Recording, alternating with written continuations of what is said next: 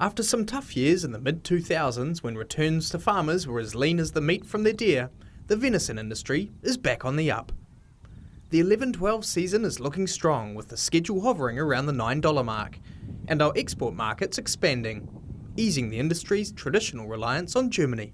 It's the largest market for us, but it's only 35% of exports. Right. So it remains critical for us, but if you went back, say, 6-7 years, it was probably closer to 45%. Mr O'Connor says countries like the United Kingdom and Belgium are beginning to consume more venison, not only expanding our customer base, but creating competition among European importers. But for New Zealand, there are two standout performers this season. The couple that are performing pretty well for us this year, in particular, are Switzerland and Sweden, because they're not euro-denominated currencies. So that's giving us a little bit of a fillip, a little bit of a boost. Yeah. And Switzerland tends to take a lot of the early venison, so that should hopefully set a decent benchmark and a decent level as we go into the season.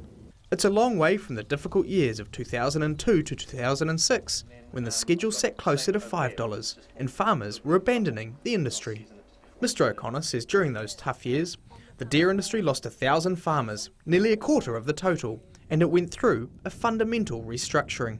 And what that meant was that a lot of venison went up into Europe and some other markets, but a lot of venison went up there. And while that was a burden on the market and reflected a lower price, one positive thing that it did do was encourage more consumers to eat New Zealand venison and consume it and try it. It was a very, very emotional ride for our farmers, as well as for our exporters, and for us at Deer Industry New Zealand. It wasn't an easy time at all. And when you come through something like that, you come out the tougher and the stronger for it, and you appreciate what you've got now, which is, and you want to hold on to it. Not only has the lower supply since 2006 contributed towards a better price, but Deer NZ has also pushed hard with its marketing campaigns in Europe. One huge fan of New Zealand farmed venison is professional chef and AUT University senior lecturer Alan Brown. What makes it so good is that generally they're killed at minimum under 3 years. But most of the animals, Savannah, always been killed under 18 months. No hormones, just all natural feed, looked after, and also because they're very lean, very, very good, for healthy-wise. Tremendous amount of protein, iron, zero fat almost.